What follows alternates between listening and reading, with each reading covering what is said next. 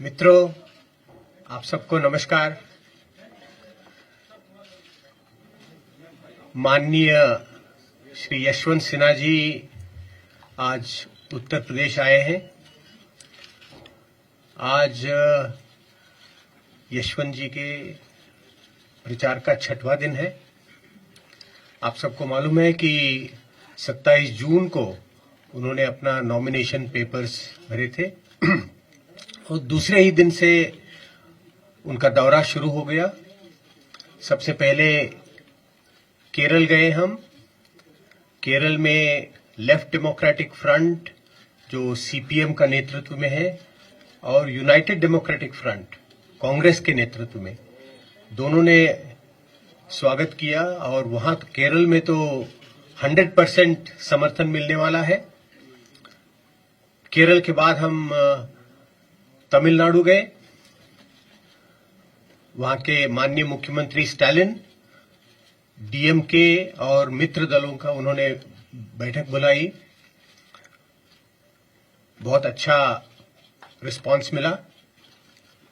उसके बाद हम छत्तीसगढ़ पहुंचे। माननीय मुख्यमंत्री बघेल जी ने बहुत अच्छा स्वागत किया। उसके बाद तेलंगाना पहुंचे और तेलंगाना में जो हुआ वो आप सबको मालूम है ही। जिस दिन माननीय प्रधानमंत्री हैदराबाद में थे, उसी दिन मुख्यमंत्री केसीआर ने यशवंत जी का स्वागत किया, अभूतपूर्व स्वागत किया। उसके बाद हम कर्नाटक गए और कर्नाटक के बाद आज उत्तर प्रदेश आए हैं। आज ही रात गुजरात जाएंगे, गुजरात के बाद कश्मीर जाएंगे और इस तरह हमारा दौरा चलता रहेगा। मैं जयंत चौधरी जी से अनुरोध करूंगा कि वे यशवंत जी का स्वागत करें। धन्यवाद। तहजीब के शहर और हमारे प्रदेश की राजधानी लखनऊ में मैं आप सबकी तरफ से आदरणीय यशवंत जी का स्वागत करता हूं। बहुत ही खुशी का एक अनुभूति हुआ में हो रही है। हमारे लिए बड़ा सौभाग्य है कि इनके पक्ष में मैं और हमारे पार्टी के विधायक और हमारे गठबंधन के सभी लोग मतदान करने जा रहे हैं। यशवंत जी का परिचय देने की कोई जरूरत नहीं। बहुत लंबे समय से आप सब इनको देख रहे हैं और जो प्रशासनिक खूबियां इनके करियर में रही हैं, सरकार में रहे हैं, विपक्ष में रहे हैं, सड़क पे रहे हैं और वित्तीय विषयों को लेकर देश के संवैधानिक मूल्यों को समझने की बात हो, चाहे इस देश का गरीब आदमी क्या चाहता है और कैसे सोचता है, कैसे अपनी जिंदगी को जो है कमाई करता है, परिवार का पालन करता है, इन सारी चीजों को अच्छी तरह जानते हैं।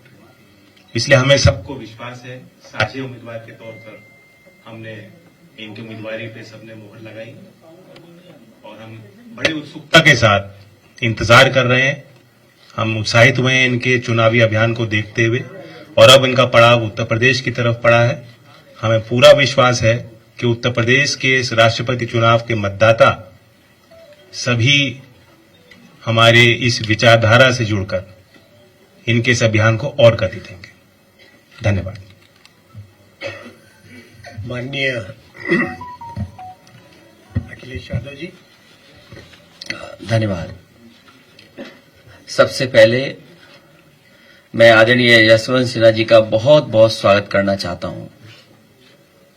मैं धन्यवाद भी देता हूं कि आज हमारे बीच में हैं और न केवल हमें बल्कि बहुत बड़े पैमाने पे लोगों को खुशी है इस बात की कि देश को विपक्ष ने एक बहुत ही सूझबूझ के साथ और आज के समय की परिस्थितियों के समझते हुए जो प्रत्याशी बनाए हैं, उनके समर्थन में जहां हमारी पार्टी है वहीं और भी दलों को साथ जोड़ने का काम करेंगे।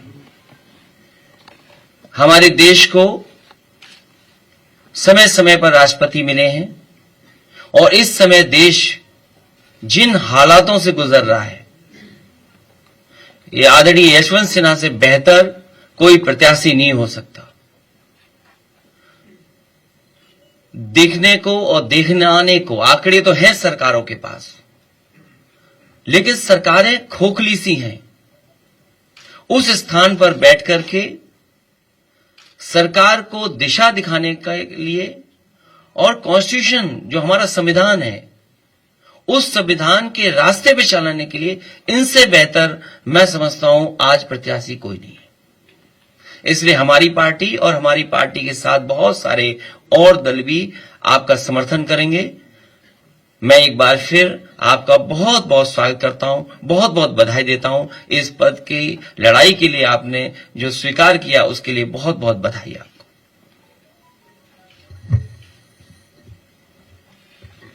माननीय यशवंत जी।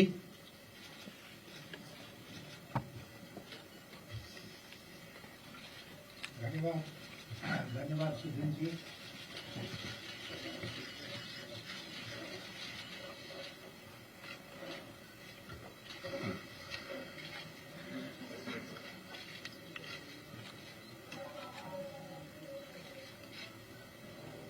एक बार फिर आपके बीच में इस हॉल में आकर मुझे बहुत खुशी हो रही है। अखिलेश जी के साथ तो कई बार यहाँ पर हम आए हैं और आपके साथ मुलाकात हुई है। इस बार परिस्थिति कुछ विशेष है।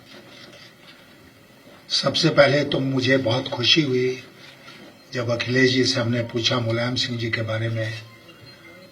उन्होंने कहा कि उनकी तबीयत ठीक है। मैं उनको ढेर सारी शुभकामनाएं देता हूं और ईश्वर से प्रार्थना करता हूं कि वो उनको स्वस्थ और दीर्घायु बनाए।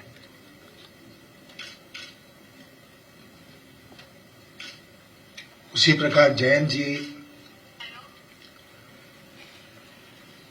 इनके पिताजी के साथ बहुत दिनों तक हमने काम किया था, बहुत मित्र थे। एक घटना आपको बताता हूं ऐसी थोड़े हल्के ढंग से कि 1989 में, जो आप में से बूढ़े लोग हैं उनको याद होगा कि मैं राष्ट्रपति भवन से वापस आ गया था। शपथ हमने नहीं ली थी क्योंकि वहां पहुंचने पर पता चला कि हमें राज्य मंत्री का शपथ दिलाया जा रहा है। तो मैं वापस मुड़ा। तो जब वापस मुड़ा तो सबसे पहले कौन वहां पर मिला? अजीत सिंह जी। वो अपनी पत्नी के साथ जा रहे थे और हमको लगता है कि शपथ लेने वालों में वो अंतिम व्यक्ति थे जो जल्दी जल्दी जा रहे थे राष्ट्रपति भवन के उस हॉल में। उन्होंने हमसे पूछा, यशवंत क्या हुआ? तो मैंने कहा मैं बाद में बताऊंगा, अभी तो आप जाके शपथ लीजिए। तो अजीत सिंह जी से, जैसे मुलायम सिंह जी से, बहुत उनके साथ नजदीक से काम करने का मौका मिला, जिसके लिए मैं अपने को बहुत सौभाग्यशाली समझता हूं। ये शहर एक तरह से अटल जी का रहा है। अटल जी ने लखनऊ को ही चुना था अपने लोकसभा निर्वाचन क्षेत्र के रूप में, और आप सब जानते हैं कि अटल जी की सरकार में उनके साथ बहुत नजदीक से काम करने का मौका मिला। और कभी कभी बहुत अफसोस होता है, आश्चर्य होता है जब मैं देखता हूं कि अटल जी की पार्टी कहां से कहां पहुंच गई। उसके बारे में आगे चर्चा करेंगे। इस बार का राष्ट्रपति चुनाव कुछ असाधारण परिस्थिति में हो रहा है। ऐसा राष्ट्रपति का चुनाव तो कई बार हुआ है, लेकिन इस बार परिस्थितियां बहुत असाधारण हैं। और असाधारण इसलिए है कि हम देख रहे हैं कि हमारा पूरा समाज जो है वो अशांत हो गया है। ऐसा लगता है जैसे वो 2-3 भागों में बंट गया है। ऐसा लगता है कि आपस में जो बातचीत होती थी, जो डायलॉग चलता था, वो समाप्त हो गया है। कहीं कोई किसी को समझाने की स्थिति में नहीं है। बड़ी से बड़ी घटना हो जाती है, प्रधानमंत्री जी जो अक्सर अपने मन की बात करते हैं, उन घटनाओं पर चुप रह जाते हैं, कुछ नहीं बोलते हैं। हम लोग ऐसा महसूस करते हैं कि देश का प्रधानमंत्री अगर इन सब घटनाओं पर बोले, अपनी बात रखे, तो उसका असर पड़ेगा मामले को शांत करने में। लेकिन पता नहीं क्या बात है कि इस पर वो कुछ बोलते ही नहीं है। और जैसा मैंने कहा, एक अशांत और असाधारण परिस्थिति हमारे देश में पैदा हो गई है। इसका कारण और नतीजा क्या हुआ है? इसका नतीजा ये हुआ है कि संविधान जो है उसकी मर्यादा खत्म हो गई। संविधान के मूल्यों की रक्षा आज नहीं हो रही है, बल्कि सरकारी पार्टी के द्वारा और सरकार के द्वारा उन मूल्यों की अवहेलना की जा रही है, प्रायः नित्य प्रतिदिन। और अगर ऐसा चलता रहा तो एक दिन हम पाएंगे कि संविधान नष्ट हो गया है, संविधान की धाराओं का कोई महत्व नहीं रहा, और जो नागरिक है इस देश का, वो कहीं भी किसी फोरम पर इंसाफ के लिए नहीं जा सकता है। A society without recourse. लोग किसके पास जाते हैं? अपने प्रतिनिधि के पास, अपने क्षेत्र के जो राजनीति में काम करते हैं ऐसे लोगों के पास। किसके पास जाते हैं? मंत्रियों के पास जाते हैं। किसके पास जाते हैं? जब वहां से भी न्याय नहीं मिलता है तो कोर्ट की शरण लेते हैं। आज कहीं पर भी ऐसा लगता है कि इंसाफ नहीं मिल रहा है, और मैं जिम्मेदारी के साथ इस बात को कुछ अफसोस के साथ कह रहा हूं। धारा 370 का मामला 2019 में सुप्रीम कोर्ट में गया। आज 2022 है, उसकी सुनवाई कब होगी ये किसी को नहीं पता है। सीएए का कानून आया, उसके खिलाफ लोग कोर्ट में गए, दूर दूर तक कब सुनवाई होगी पता नहीं है। कुछ मामले तो बहुत त्वरित ढंग से सुप्रीम कोर्ट सुन लेता है, लेकिन अनेक महत्वपूर्ण मामले हैं जिसमें अप्रत्याशित विलंब होता है, और हम सब जानते हैं कि justice delayed is justice denied. तो इंसाफ नहीं मिल रहा है समाज में। ऐसा लगता है कि हुकूमत में बैठे हुए लोग जो हैं वो चाहते हैं कि समाज बटे, क्योंकि एक बटे हुए समाज से उनको यह आशा पैदा होती है कि उनको वोट मिल जाएगा। तो ये वोट की राजनीति हम लोग कहां तक ले जाना चाहते हैं, किस हद तक ले जाना चाहते हैं, और देश की चिंता क्या जरा भी नहीं करेंगे वोट की राजनीति के सामने। तो जब मैं आपसे कह रहा था कि राष्ट्रपति का चुनाव बहुत असाधारण परिस्थिति में हो रहा है, तो मेरा मतलब यही था कि जो भी व्यक्ति, और दो ही व्यक्ति हैं आमने सामने, जो भी व्यक्ति राष्ट्रपति भवन में जाएगा उसको मोर देन एवर अपने कर्तव्यों का निर्वहन करना पड़ेगा। संविधान में राष्ट्रपति के जो कर्तव्य हैं उसका निर्वहन करना पड़ेगा। हम सब जानते हैं कि the president of India is suppose to function on the aid and advice of the council of ministers, लेकिन उसके पास और बहुत सारी शक्तियां हैं जो उस पद की गरिमा से उसको मिलती है। और समय समय पर हमने देखा है कि हमारे देश में ऐसे राष्ट्रपति बने हैं जिन्होंने उसका इस्तेमाल किया है सरकार को परामर्श देने के लिए, सरकार को नियंत्रण में रखने के लिए। तो इसलिए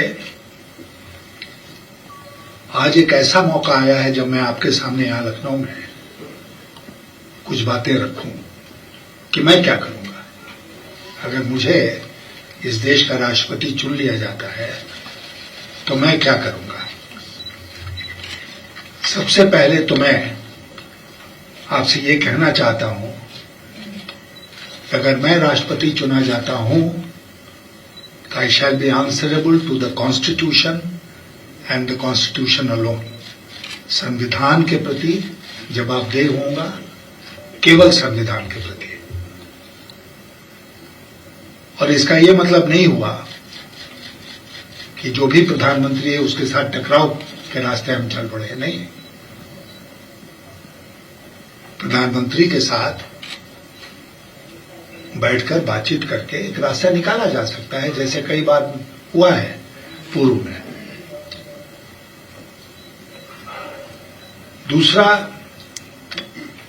कि मैं राष्ट्रपति भवन में कॉन्स्टिट्यूशन, संविधान के संरक्षक के रूप में काम करूंगा, कस्टोडियन ऑफ द कॉन्स्टिट्यूशन।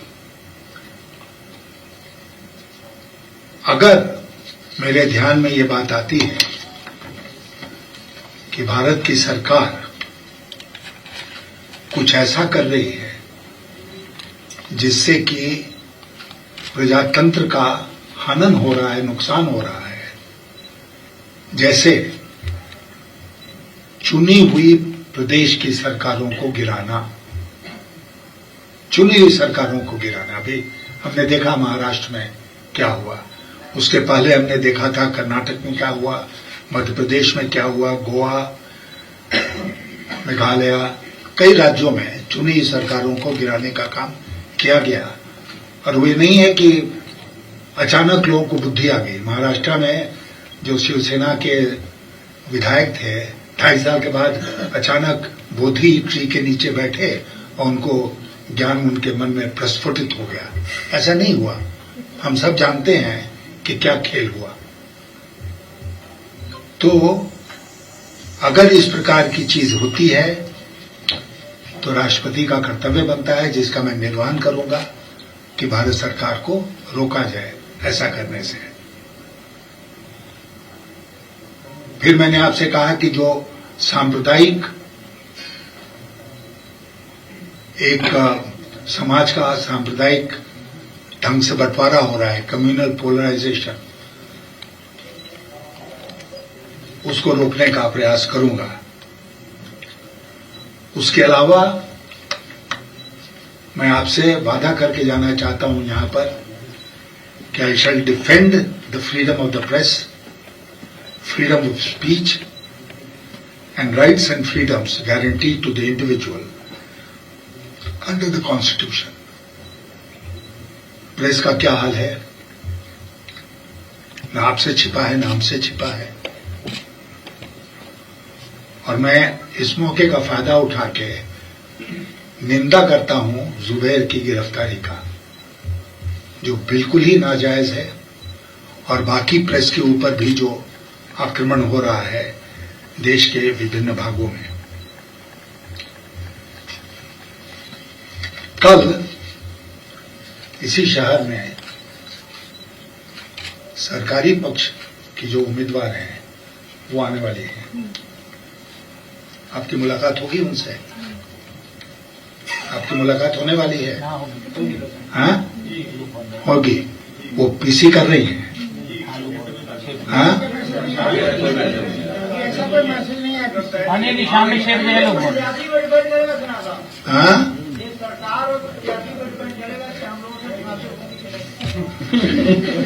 नहीं, मैं इसलिए पूछ रहा हूं कि मैं कई जगह गया, जैसा कि सुधीर जी ने बताया आपको,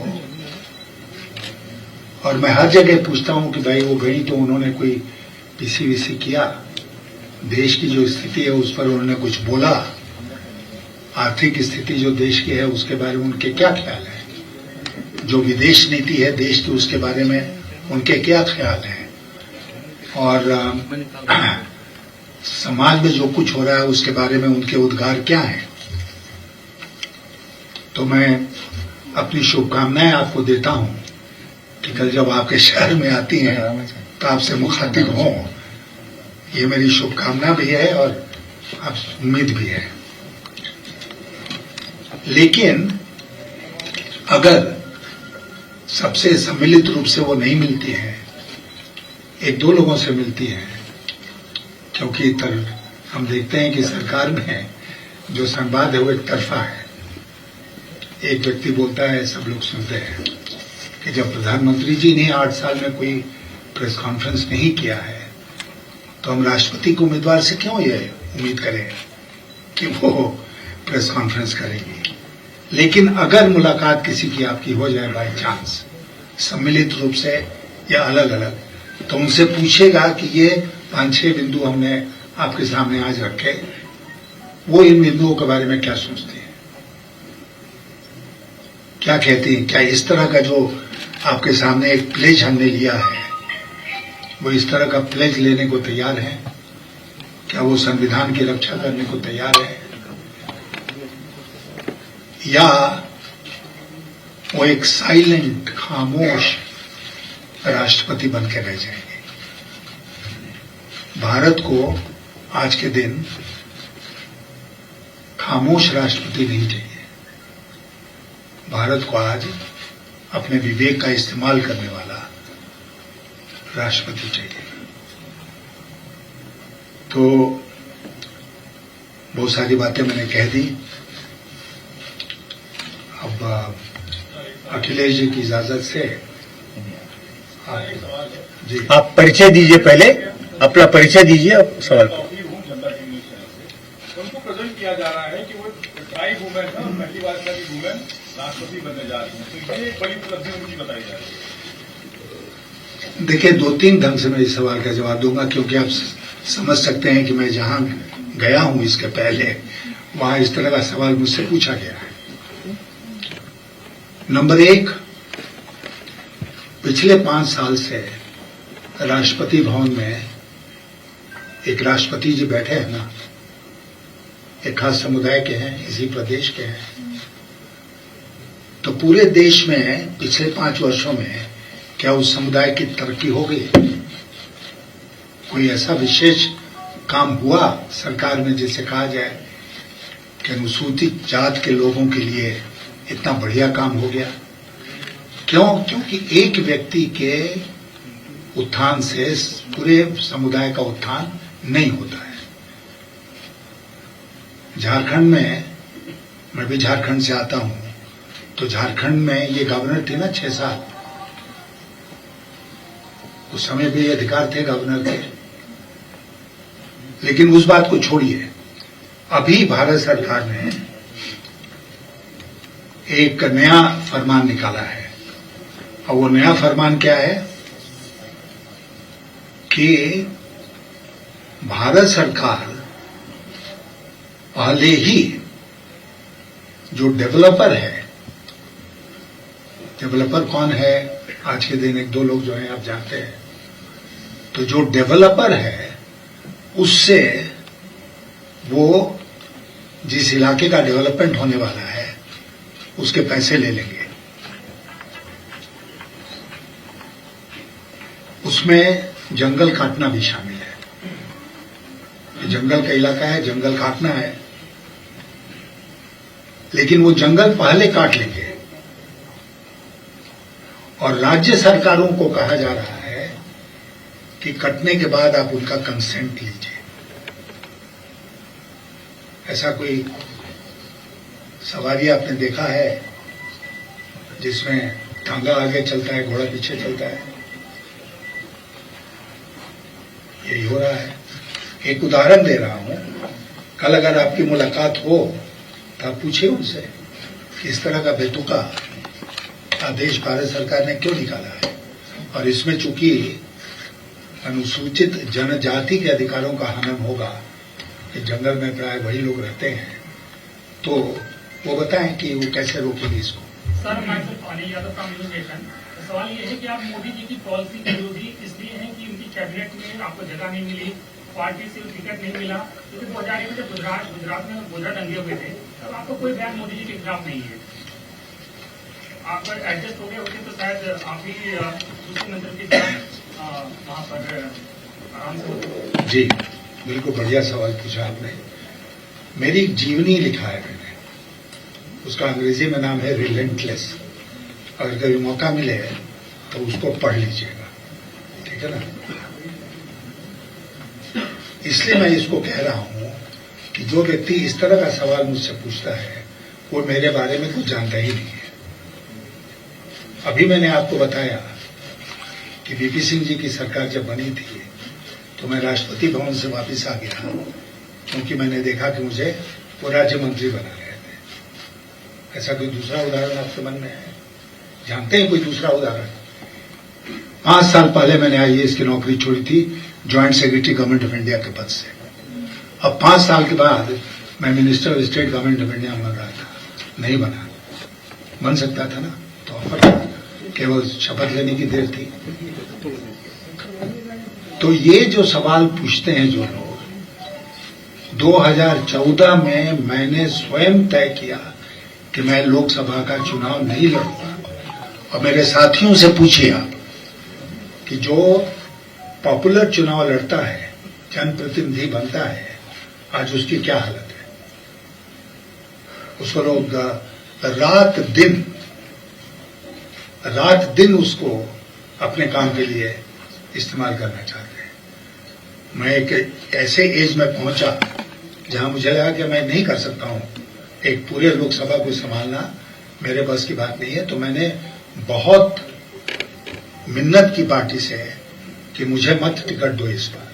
और कभी राजनाथ सिंह जी आएंगे ना आपके शहर में, तो उनसे पूछ लीजिएगा कि क्या उन्होंने इलेक्शन कमेटी की मीटिंग से फोन करके हमको नहीं कहा था कि इलेक्शन कमेटी चाहती है यशवंत जी का एक अंतिम चुनाव इस बार लड़ लीजिए। और मैंने जोर देके उनको कहा कि मैं नहीं लड़ना चाहता हूं। तो ये कहां से बात आ गई कि मैं 2014 में मुझे टिकट नहीं मिला, ऐसी की तैसी। मैंने खुद नहीं चाहता था वो टिकट मिले। जब टिकट नहीं लिया तो फिर मंत्री कैसे बनता? भारत के संविधान में क्या कोई प्रावधान है कि बिना लोकसभा राज्यसभा में गया मंत्री बन जाएंगे 6 महीने से आगे तक के लिए? मैंने जानबूझ के सर उसको छोड़ा। और मोदी जी से मेरी व्यक्तिगत कोई लड़ाई नहीं है। मोदी जी से मेरी लड़ाई केवल उनकी 2 बातों को लेकर है, स्टाइल ऑफ फंक्शनिंग, उनकी शैली जो है काम करने की, और दूसरा उनकी नीतियां, स्टाइल ऑफ फंक्शनिंग और उनकी नीतियां। अभी आप लोग हमसे सवाल नहीं पूछेंगे क्योंकि बात 6 साल पुरानी हो गई। नोटबंदी हुआ था ना इस देश में, कोई याद करता है नोटबंदी को? कोई याद नहीं करता है 6 साल बाद। और सारा का सारा काला धन इस देश का सफेद हो गया था, because the entire amount currency came back into the banking system. सब बैंक में आया, सफेद हो गया। किसी ने सवाल पूछा, आज कोई सवाल पूछा है नोटबंदी के बारे में? मैंने जोर देके कहा है बार बार कि this is demonetisation is the biggest scam of this century. लेकिन कोई समझे तब तो। जी, मैं आदित्य हूँ दैनिक भास्कर से। मैं ये कह रहा था कि जिस तरीके से विपक्ष पार्टियां आपको सपोर्ट कर रही हैं, तो उत्तर प्रदेश में मायावती ने खुद को अलग कर लिया, कहा कि मैं द्रौपदी जी को मतलब बनाऊंगी। तो विपक्ष कितना एक होकर आपको जिताने का प्रयास करेगा? देखिए, जिस बैठक में ये तय हुआ था उसमें अखिलेश जी थे, जयंत जी थे। इन लोगों ने बाकी विपक्षी दलों के साथ मिलकर तय किया। बहुत विचार विमर्श हुआ। उसके बाद जब मेरे नाम की बात आई और फाइनलाइज होने वाली थी, तो अखिलेश जी को याद होगा शरद पवार जी के घर पर अनौपचारिक रूप से बैठक चल रही थी। तो शरद पवार जी ने हमको फोन किया और खड़गे जी ने, जो कांग्रेस के राज्यसभा में नेता हैं, उन्होंने हमको फोन किया और ये कहा कि हम लोगों ने ये तय किया है, आप इसको स्वीकार कीजिए। तो मैंने हामी भर दी। क्यों हामी भर दी? इसलिए हामी भर दी कि मेरी जो लड़ाई चल रही है, संघर्ष उस संघर्ष की एक और श्रृंखला में एक और कड़ी है राष्ट्रपति का चुनाव लड़ना। तो इस तरह मैं राष्ट्रपति का उम्मीदवार बना।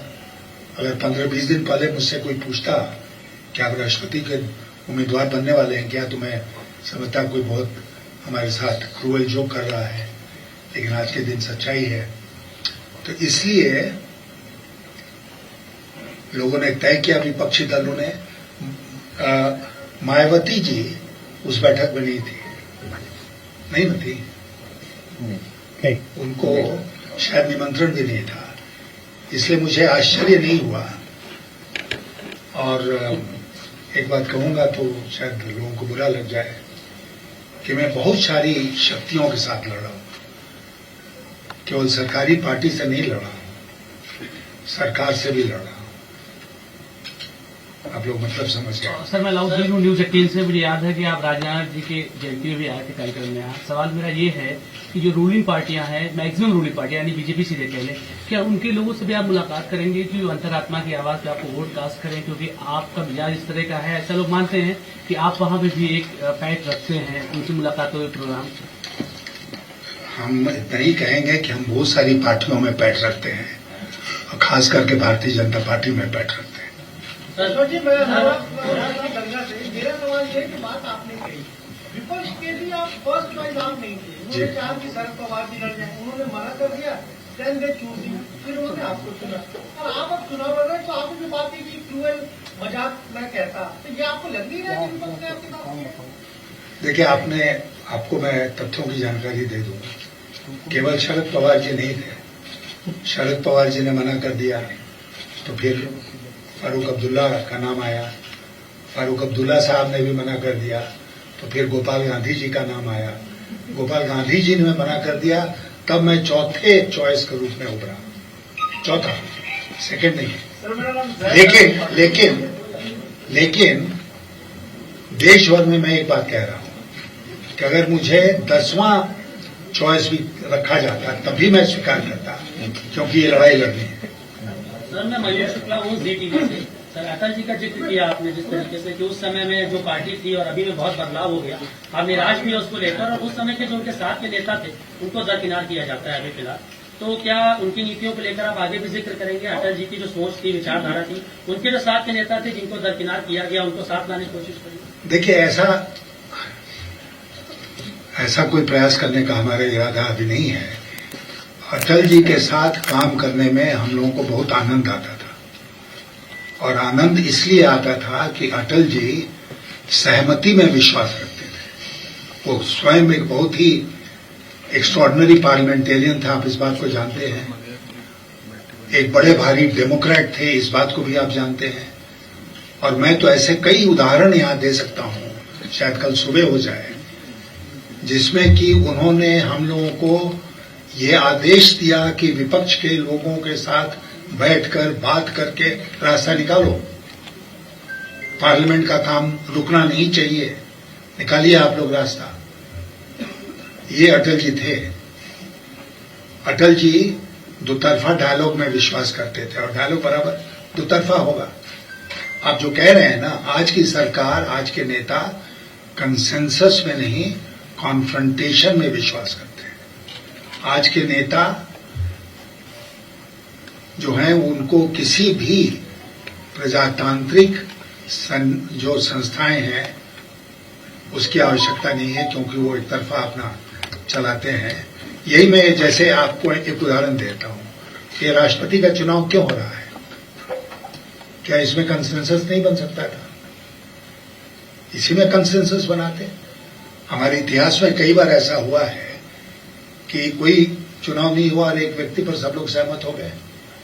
सरकार ने प्रयास किया? नहीं। गंभीर प्रयास? बिल्कुल नहीं किया। इसलिए नहीं किया क्योंकि उनको विपक्ष की जरूरत ही नहीं है। विपक्ष भी आप जानते हैं कि प्रजातंत्र में उतना ही महत्व रखता है जितना सरकार रखती है। सर, मैं एक सवाल आपसे ये पूछना चाहती हूँ। मेरा नाम शिखा सलारिया है, मैं द प्रिंट से हूँ।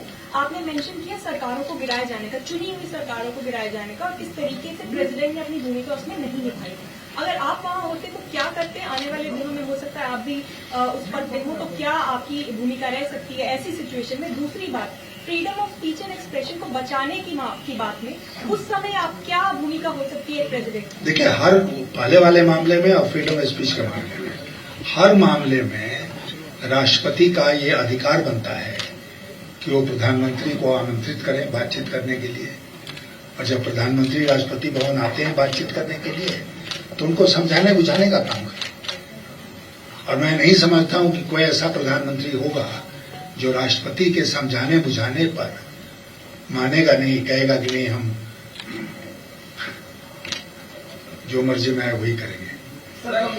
एक सवाल, यदि आप राष्ट्रपति बन गए और नए चुनाव हुए लोकसभा के निर्वाचित व्यक्ति आए, आप आर्टिकल 84 का पालन कराएंगे या परंपरा के तहत सरकार बनाएंगे? केंद्रीय सरकार पर मेरा सवाल नहीं, एक काल्पनिक सवाल है, इसलिए इसका जवाब नहीं देंगे। मेरे गुरु जी, यहीं पर उनकी मूर्ति लगी है चंद्रशेखर जी की, आप ही के प्रदेश के थे, जिनके अंतर्गत हमने राजनीति सीखी थी। तो उन्होंने हमको शुरू में कहा था कि यशवंत किसी काल्पनिक प्रश्न का जवाब मत देना। सर, एक सवाल ये है कि जैसा कि आपने कहा कि समाज में जिस तरह का माहौल है, चारों तरफ खाई फैल रही है और कैसे एक दूसरे को लड़ रही है आपस में। सर, अगर आप राष्ट्रपति चुनाव अगर आप जीत जाते हैं, तो क्या ऐसा आपको नहीं लगता कि सरकार और आप में उसी तरह का वातावरण वहां फैल जाएगा? नहीं, मैंने अभी एक प्रश्न के उत्तर में कहा कि मैंने जो कुछ कहा है उसका मतलब टकराव नहीं है। प्रधानमंत्री जी भी एक संवैधानिक पद पर बैठे हैं, राष्ट्रपति भी एक संवैधानिक पद पर बैठे हैं, और संविधान के अनुसार दोनों को काम करना चाहिए और आपस में बातचीत करनी चाहिए। डायलॉग होगा तो रास्ता निकलेगा। आज की भाजपा चुनाव हर तरीके से जीतने में विश्वास रखती है। अब आपका चुनाव है, विपक्ष तमाम आरोप लगाता है कि सरकारी एजेंसियों का दुरुपयोग होता है, उसके खिलाफ कुछ ठोस रणनीति आप? मैं इतना ही आपसे कहना चाहूंगा, आप लोग वोटर नहीं है, दुर्भाग्य है, लेकिन अगर इलेक्टोरल कॉलेज के लोग हमको जिता देते हैं ना, तो शपथ लेने के दूसरे दिन से एजेंसियों का दुरुपयोग बंद हो जाएगा। अब कैसे होगा ये मत पूछिए। यशवंत जी, मैं 24 कॉरेस्पॉन्डेंट हूँ।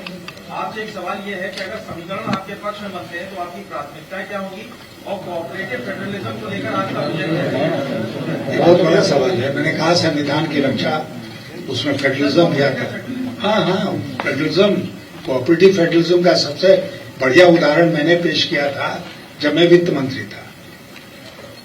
याद है आप लोगों को, जो राज्य सरकारों के वित्त मंत्रियों की एक समिति बनी थी, जिसके आधार पर अब जीएसटी बना, जीएसटी काउंसिल बनी, और हमारे टाइम में बिना संवैधानिक सैंक्शन के बहुत शक्तिशाली कमेटी थी। हाँ, यहाँ कोई यशवंत जी, मैं शोभित श्रीवास्तव हूँ, दैनिक जागरण अखबार से। आपसे एक प्रश्न ये है कि आप बाहर तो समर्थन मांग रहे हैं, लेकिन आपको अपने घर से ही समर्थन नहीं मिल रहा है। आपकी पत्नी ने एक इंटरव्यू में कहा था कि मुर्मू बहुत ही अच्छी प्रत्याशी हैं, आपके बेटे भी लगातार वो कर रहे हैं। इसके नहीं, वो कहा था उन्होंने कि यशवंत सिन्हा अच्छे नहीं है।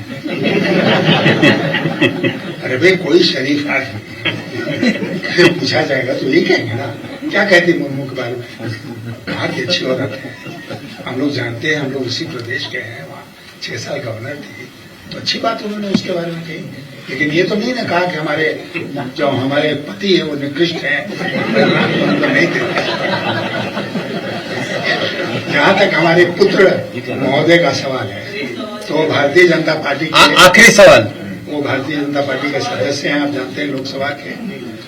और मैंने हर जगह जहाँ ये प्रश्न पूछा गया है, मैंने कहा है कि मैं उम्मीद करता हूँ कि वो अपने राज धर्म का पालन करेंगे, जैसे मैं अपने राष्ट्र धर्म का पालन करूँगा। सर, एक सवाल है, गैर भाजपा और गैर कांग्रेसी दलों के अलावा जैसे आम आदमी पार्टी है, बीजेपी ने तो पहले से ऐलान करने को समर्थन कर दिया है, वाईएसआर कांग्रेस ने, जो पार्टियां खुद को गैर भाजपा और गैर कांग्रेसी से बोल रखती हैं, अलग उनका एक खड़ा होता है, उनसे क्या बातचीत हो रही है और क्या बातचीत उनसे हो रही है, कैसा रिस्पॉन्स मिल रहा है? देखिए, एक आज भारत की राजनीति को देखें पॉलिटिकल पार्टी टर्म्स में, तो एक तरफ सरकारी पक्ष है, कुछ उनके सहयोगी दल हैं, एक तरफ पूरा विपक्ष है और बीच में कुछ लोग हैं जो न सचमुच में इधर है न सचमुच में उधर है। अब वो एक दूसरी भाषा का मैं इस्तेमाल जान के नहीं कर रहा हूं, लेकिन दो दलों का आपने नाम लिया, वो बराबर अपनी स्वतंत्र नीति पर चले हैं, इस बार भी चल रहे हैं।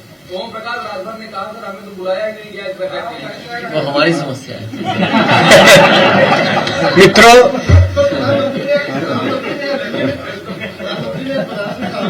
युवाओं की आकांक्षा को लेकर सरकार काम कर रही है, वहीं दूसरी तरफ अग्निपथ को लेकर लगातार युवा धरना प्रदर्शन कर रहे हैं। आज को किस तरीके से देखते हैं? देखिए, मैं मानता हूं कि अधपकी नीतियां, अधपकी योजनाएं इस तरह बना के अचानक मुल्क के ऊपर थोप देना बहुत ही नाजायज काम है और ये सरकार यही कर रही है।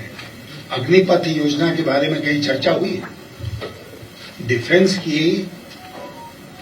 मिनिस्ट्री का ये मतला है, डिफेंस मिनिस्ट्री की एक स्टैंडिंग कमेटी है पार्लियामेंट में। इतना महत्वपूर्ण ये मसला था कि सरकार कहती कि हम इसको defence committee, standing committee defence को दे रहे हैं, वो विचार विमर्श करके सबसे राय करके और रिपोर्ट दे, उसके आधार पर हम तय करेंगे अपनी योजना। ऐसा नहीं किया क्योंकि सरकार ऐसा करती ही नहीं है। जो स्टाइल ऑफ फंक्शन की मैंने बात की, वो इसीलिए रेलवे रिक्रूटमेंट में क्या हुआ, अग्निपथ में क्या हुआ, कहीं पर भी कुछ भी बहाली होती है तो दृश्य जो देखने को मिलते हैं। क्यों? क्योंकि युवाओं के सामने अंधकार के अलावा कुछ है ही नहीं। आज नौकरियां हैं नहीं दूर दूर तक, तो करे क्या? सड़कों पर उतरता है। सर, मेरा एक सवाल है। आखिरी सवाल। मैं आखिरी सवाल कर रहा हूँ। मैं संदेश महान आप परमिशन ले लीजिए आखिरी सवाल। मैं पहले उठ गया हूँ। मैं संदेश महान हिंदी दैनिक का लंबदार अवधि हूँ सर।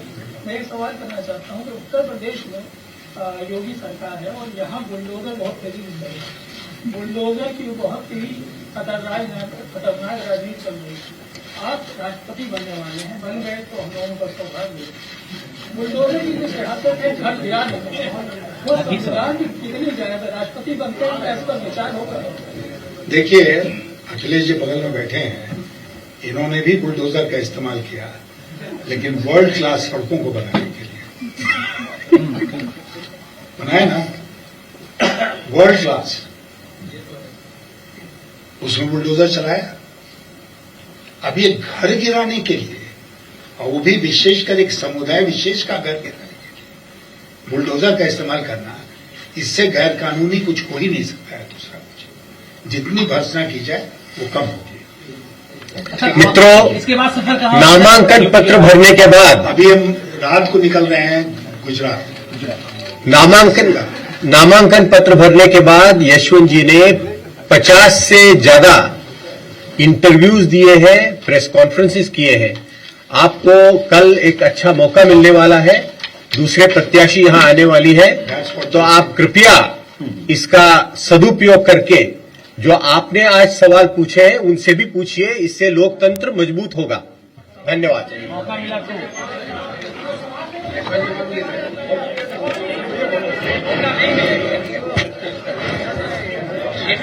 विधायकों को